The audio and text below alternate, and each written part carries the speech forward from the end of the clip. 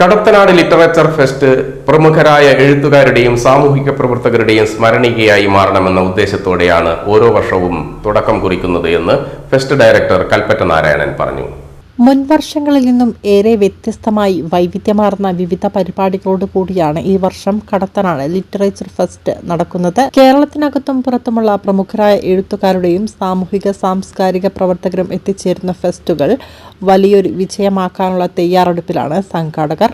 കടത്തനാടിന്റെ സാംസ്കാരിക ഔന്നത്യമാണ് കടത്തനാട് ലിറ്ററേച്ചർ ഫെസ്റ്റിവലിന്റെ ശക്തി. ഒരുപക്ഷെ ഇത്രമേൽ സമ്പന്നമായ ഒരു ചെറു പ്രദേശം കേരളത്തിൽ അപൂർവമാണ് എന്ന് പറയാം.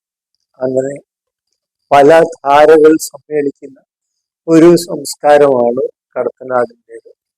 കളരിയും വടക്കംപാട്ടും പുന്നത്തൽ കുഞ്ഞപ്പിള്ളയെയും ചെറുശ്ശേരിയെയും ഒക്കെ പോലെ മഹാപ്രതിഭാശാലികളായ എഴുത്തുകാരും വോളിബോൾ താരങ്ങളും അങ്ങനെ പല ഓർമ്മകളുള്ള കൗമുദി ടീച്ചറുടെ ഈ നാടിന് അർഹമായ ഒരു സ്മരണീയയായി മാറണം ഓരോ കുറി ഫെസ്റ്റിവൽ നടത്തുമ്പോഴും എന്ന് ഞങ്ങൾ ആഗ്രഹിച്ചു.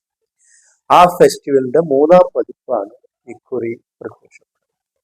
ഇക്കുറി മുൻ വർഷങ്ങളില്ലാത്ത വിധത്തിൽ അധികം സെഷനുകളും പുതിയ കാലത്തിന്റെ പ്രശ്നങ്ങളെ കുറിച്ച് ചിന്തിക്കുന്ന തത്വചിന്തയുടെയും രാഷ്ട്രീയത്തിന്റെയും സാഹിത്യത്തിന്റെയും ഒക്കെ പ്രാതിനിധ്യവും ഇവിടെ ഉണ്ടാകും.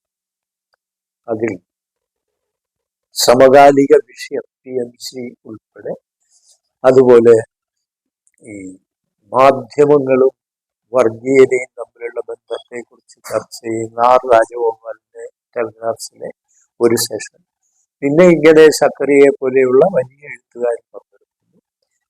ഈ കുറിയത്തെ കേരള പ്രഭയായി തെരഞ്ഞെടുക്കപ്പെട്ട രാജശ്രീ വാര്യരുടെ നൃത്തം ഉണ്ട്. കാവാലത്തിന്റെ സംഗീത പരിപാടി, സംഗീത ഡെമോൺസ്ട്രേഷൻ ഉണ്ട്. ഇങ്ങനെ തിലകൻ അഭിനയിച്ച ഒരു ശബ്ദ നാടകം ഉണ്ട്. അങ്ങനെ ആദ്യത്തെ 3 ദിവസങ്ങളിലും നിർത്താത്ത പരിപാടികളുടെ ഒരു അവസ്ഥയാണ് ഉണ്ടാവുക.